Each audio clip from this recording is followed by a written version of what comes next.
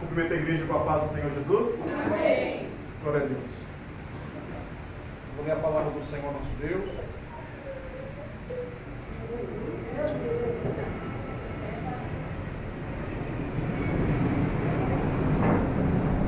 Vou ler aqui em João, capítulo 3, o versículo 16, que diz assim a palavra do Senhor Jesus Cristo. João, capítulo 3, versículo 16. Glória a Deus.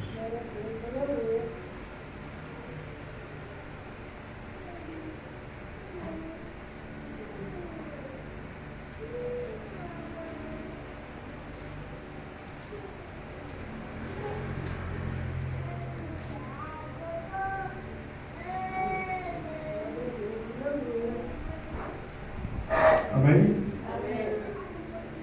Porque Deus amou o mundo de tal maneira que deu o seu Filho unigênito, para que todo o que nele crê não pereça, mas tenha a vida eterna.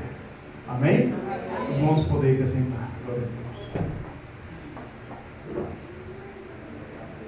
Deus. Aleluia. Eu, mais uma vez, desejo a todos os irmãos que este ano agora que entrou seja um ano de vitória e de bênção para a vida de todos. Amém? Glória a Deus. Hoje é o segundo dia deste ano de 2025. Vimos que o ano ele muda, mas as coisas continuam iguais, né? Se pudéssemos, toda vez que o ano virar, que começasse o ano novo, pudesse-se, né, apagar tudo e começar novamente, seria bom. Mas lembramos que o ano passa, né, deixa o outro para trás, este começa, mas estamos vivendo as mesmas coisas, o mundo está igual. Mas eu quero dizer para os irmãos, por mais que tudo ao teu redor pareça só tristeza e derrota, se tudo ao teu redor pareça só que você está perdendo, nada está ganhando, não deixe de ser corajoso ou corajosa. Enfrente as dificuldades com cabeça erguida. Lembre-se de Josué, quando o Senhor disse para ele: seja forte. Seja forte em todos os momentos da sua vida. E saiba de uma coisa: não importa o que acontecer, aconteça o que acontecer, Jesus Cristo sempre será o Senhor nosso Deus. Então, amados irmãos, a mensagem ela é essa: seja sempre corajoso. Por mais que as dificuldades batam sua porta, sempre tome a atitude de ser corajoso nesta vida, porque os covardes não entrarão no reino dos céus. Devemos enfrentar as nossas lutas e saber que a vitória melhor ela virá no final. Glória a Deus. Amados irmãos, nós lemos aqui no livro de João, capítulo 3, versículo 16, uma mensagem que já é muito, as pessoas citam muito, conhecem nessa palavra, porque ela é linda de se falar que Deus amou o mundo de uma maneira muito grande, que Ele enviou o seu único Filho, com poder, né, o seu único Filho, poderoso, para essa terra, com poder e autoridade sobre o mundo espiritual, mas com nenhum poder material neste lugar. Ele veio, nasceu numa manjedoura, viajou, teve que fugir, mas tudo para a obra do Senhor ser glorificada. Desta maneira, nós também não entendemos o porquê Jesus Cristo ele teve que padecer deste modo. E temos na palavra do Senhor, nesta mesma palavra, onde nos mostra que algumas pessoas também não entendiam algumas coisas que o Senhor Jesus Cristo fazia. Glória a Deus. Não entendiam o que o Senhor fazia. E nesta palavra nós encontramos um homem. Temos dois homens aqui para falar. Um deles era Nicodemos. Nicodemos ele era mestre, era um professor em Israel, era um homem muito visto pelo seu próprio povo, pela sua sabedoria, pelas suas palavras. E ele via o Senhor Jesus Cristo e sabia que do Senhor Jesus Cristo não era simplesmente uma coisa comum, mas dele surgia algo impressionante, que só podia vir da parte de Deus. E Nicodemos reconheceu isso e pediu um encontro com o Senhor Jesus Cristo para poder esclarecer os seus pensamentos. Olha o poder do homem. Nicodemos era um homem de poder, com as pessoas. Ele tinha o seu modo de fazer, de agir. Era um homem rico. Ele poderia, qualquer hora, pedir para o Senhor vir com ele. Mas Nicodemos temia aqueles que estavam ao seu redor, aqueles que o estimavam. Ele temia a sua própria doutrina. E vimos que Nicodemos, quando encontrou com o Senhor, que começou a falar com o Senhor Jesus Cristo, é claro que o Senhor Jesus Cristo era uma pessoa bem mais nova em idade do que Nicodemos.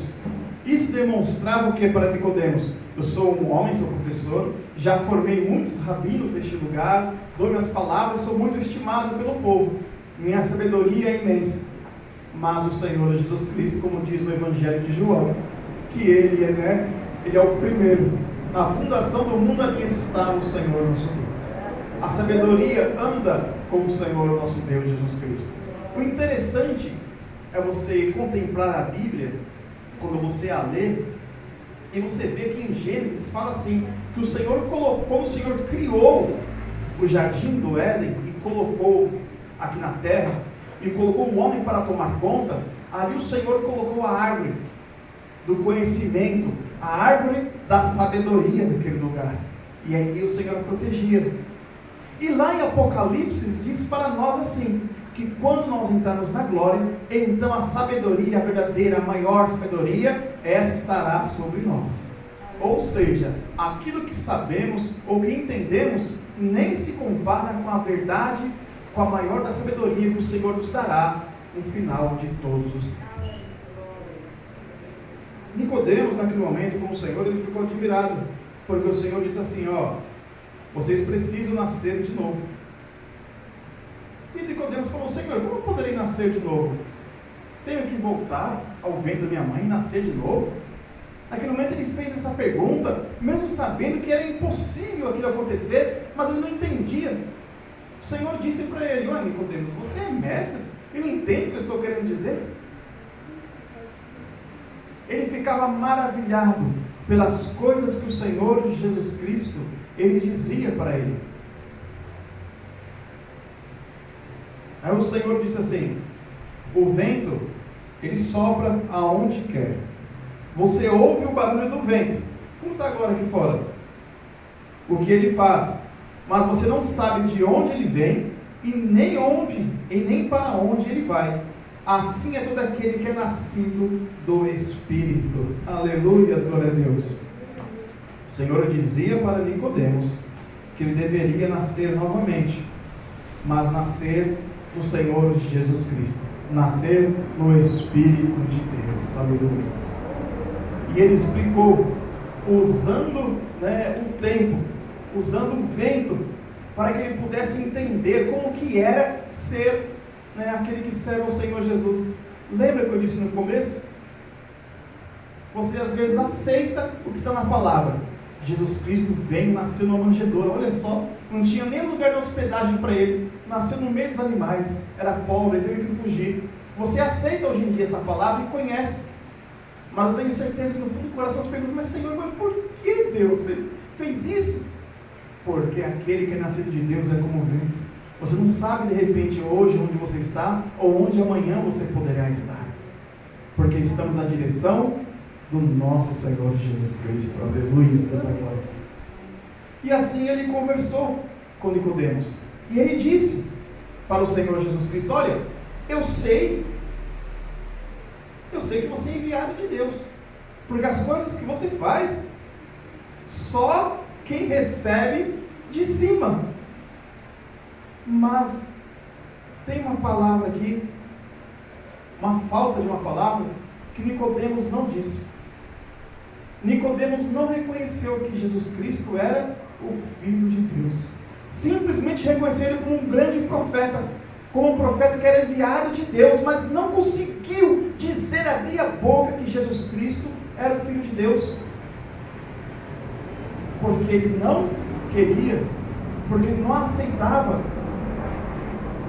Olhe para o redor. Não, Nicodemos, não, mas olhe para o redor de Nicodemos. E escolheu conversar com Jesus Cristo à noite. Escolheu conversar com o Senhor Jesus Cristo no lugar secreto.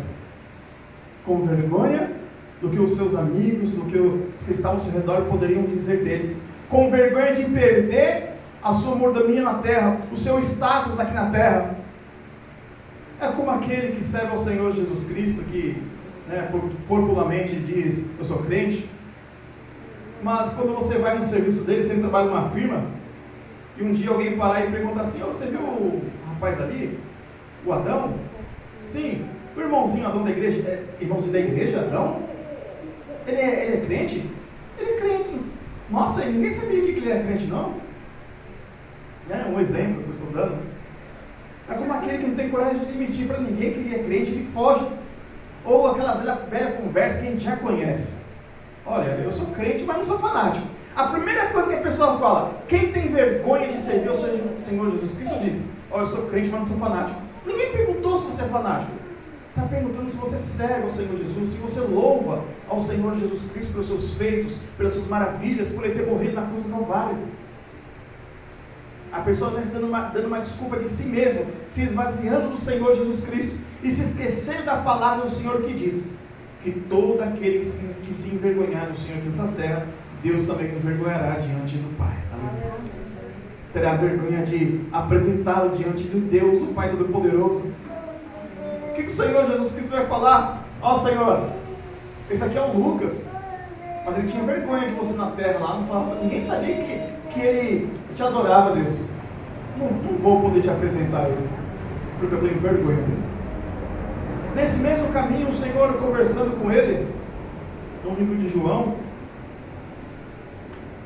quando o Senhor diz muitas coisas que são lindas para as nossas vidas, quem nele crê não é condenado, mas o que não crê já está condenado, porque não crê no nome do unigênito Filho de Deus. E a condenação é esta: a luz veio ao mundo, mas os homens amaram mais as trevas do que a luz, porque as suas obras eram más. Pois todo aquele que pratica o mal e detesta a luz, e não se aproxima da luz, para que as suas obras não sejam reprovadas. Quem pratica a verdade se aproxima da luz, para que as suas obras sejam manifestas, porque são feitas em Deus. Deus tremendo. E na palavra de João, continuando, diz que o Senhor depois daquele lugar se levantou, e aí o Senhor foi para a Judéia, e diz que o Senhor junto com seus discípulos, Jesus Cristo, estava batizando, e João o Batista ainda não havia sido preso, e ele também estava batizando, e os seus discípulos chegaram para João e falaram: mestre, aquele homem a qual tu declaraste perante todos, deu testemunho dele, ele também está batizando. Eita Deus da glória. João olhou e disse assim: eu bem vos falei, eu disse, eu não sou o Cristo. Eita Deus da glória. Eu não sou, simplesmente sou amigo dele. E o amigo fica muito feliz quando o noivo, eita Deus, está presente. Aleluia. Eita Deus da glória. João, diferente de Nicodemos, João Batista, ele admitiu que Jesus Cristo era Filho de Deus, porque ele disse assim: olha, este foi enviado dos céus. Aleluia, Deus da glória. Oh Deus poderoso. E naquele momento que ele estava falando, disse: ninguém pode receber coisa alguma se não lhe for dada dos céus. Aleluia. Vocês mesmos são testemunhas de que eu disse: eu não sou o Cristo, como eu disse para os irmãos.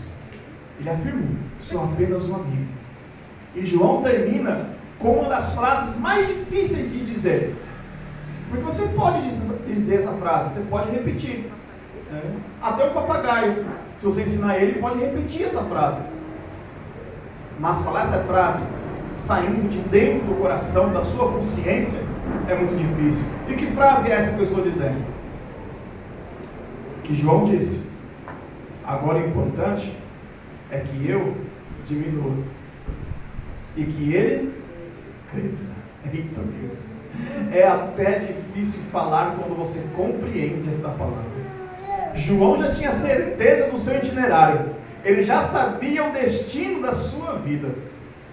E João falou para os seus discípulos, ele está batizando? Que bom. Porque o importante agora é que eu cada vez mais, venha diminuir. E ele venha crescer. Eita Deus da glória. Aquele, aleluias, que é batizado no Senhor Jesus Cristo. A sua vida, por mais duro que seja, devemos sempre olhar para o Senhor, né? E como João, Senhor, diminua eu e cresça o Senhor. Aleluia, glória a Deus. Porque a humildade, amados irmãos, ela é tudo na vida do crente, daquele que serve ao Senhor Jesus Cristo. Porque sem ela, não é possível herdar a nossa coroa da salvação. É por este caminho que nós vamos trilhar, nas ruas de ouro. Aleluia. Porque hoje as pessoas já estão se corrompendo. Como diz a palavra, olha, o amor de muitos esfriará. E está se esfriando. Cada dia mais ouvimos o amor se esfriar. E se esfria pela palavra. A geração vem se corrompendo, pela sua própria sabedoria, achando que é sábio. Mas é sábio simplesmente aos seus olhos. Como diz Salomão, tolo é o homem que se acha sábio pela sua própria sabedoria. No livro de Eclesiastes 7, versículo 8 diz assim: melhor é o fim das coisas do que o seu princípio. A paciência é melhor do que a arrogância. Aleluia. Não se apresse em ficar irado, porque a ira se abriga no íntimo dos tolos. Eita Deus tremendo. Aqui, irmãos, o Senhor também disse essa palavra. A sabedoria está, os sábios sempre pensam no fim de todas as coisas, mas os tolos só pensam na música dos outros tolos, nas canções e nas bebedices. Está escrito aqui, Eclesiastes 7. E o que nós vimos hoje, nesses tempos, final de ano, festas, pessoas que param, simplesmente esquecem que o tempo está passando e não pensam em outra coisa a não ser se alegrar no momento, só naquele momento, e se esquecem que tudo tem um começo e tudo tem um fim. O começo das coisas sempre é muito bom, mas e o final? Pensar no final nos faz ser pessoas sábias e principalmente nos encoraja para nós mesmos, quando chegar o momento, estarmos firmes na presença do Senhor nosso Deus Jesus Cristo. E estejai firmes, amados irmãos, porque como assim Nicodemos e como João, os dois ouviram falar do Senhor Jesus Cristo, mas a aceitação é muito difícil para alguns. Não tenha dificuldade na aceitação do Senhor Jesus. Creia em que tudo que está escrito nessa palavra foi inspirado divinamente pelo Espírito Santo. Nada foi colocado aqui por acaso, mas foi divinamente inspirado pelo Espírito Santo. E Deus, como diz para nós a palavra do Senhor, não cai sequer uma folha da árvore sem a permissão de Deus. Todos os fios da nossa cabeça estão contados. Não é uma média, não. Cada um aqui na igreja, os fios dos seus cabelos estão contados. E Deus sabe quantos tem. E mesmo que um esteja na hora de cair, que ele está velhinho, mas tem que ter a permissão do Criador, que conhece todas as coisas. Aleluia. E hoje vivemos numa esfrieza da palavra do Senhor grande. Porque hoje nós vemos pessoas dando doutrinas falsas dentro das igrejas, mas querem te levar, como diz a palavra do Senhor, com lábios de manteiga, querem te convencer que essas coisas que eles estão falando está certa. Quer um exemplo? Como esse pastor famoso que pregou, que disse que Gênesis, a história de alguns reis, né, que são simplesmente histórias, para que pudéssemos aprender com essa história, como se fosse um conto de fadas. Ele disse assim: olha, não tem problema que na criação do mundo falou que Deus fez isso, fez aquilo outro. Sabemos hoje em dia que isso não é verdade, mas isso serve para nós como uma lição de moral. Como assim, amados irmãos? Como essas coisas estão entrando dentro das igrejas, as pessoas estão ouvindo essas barbaridades?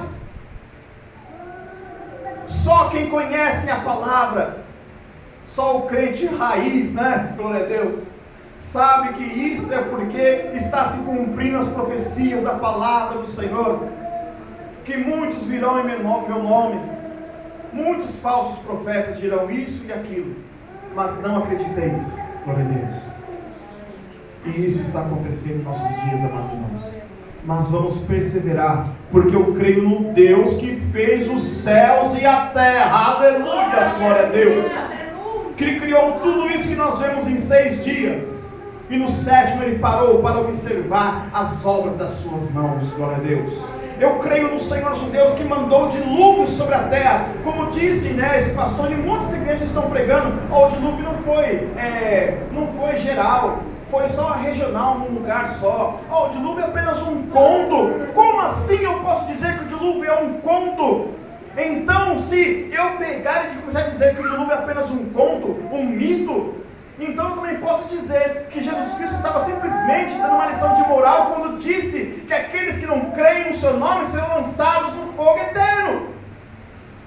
A Bíblia é um quebra-cabeça que se encaixa peça por peça, e quando você tira uma, nada faz sentido. Aleluias, porque a palavra inteira foi inspirada divinamente pelo Espírito Santo de Deus. Amém, irmãos? Glória a Deus. Jesus Cristo disse: o vento sopra e você não sabe para onde ele vai e nem de onde ele está vindo. Glória a Deus. Assim é a palavra do Senhor nosso Deus em nossas vidas. Amém? Glória a Deus. As palmas do Senhor.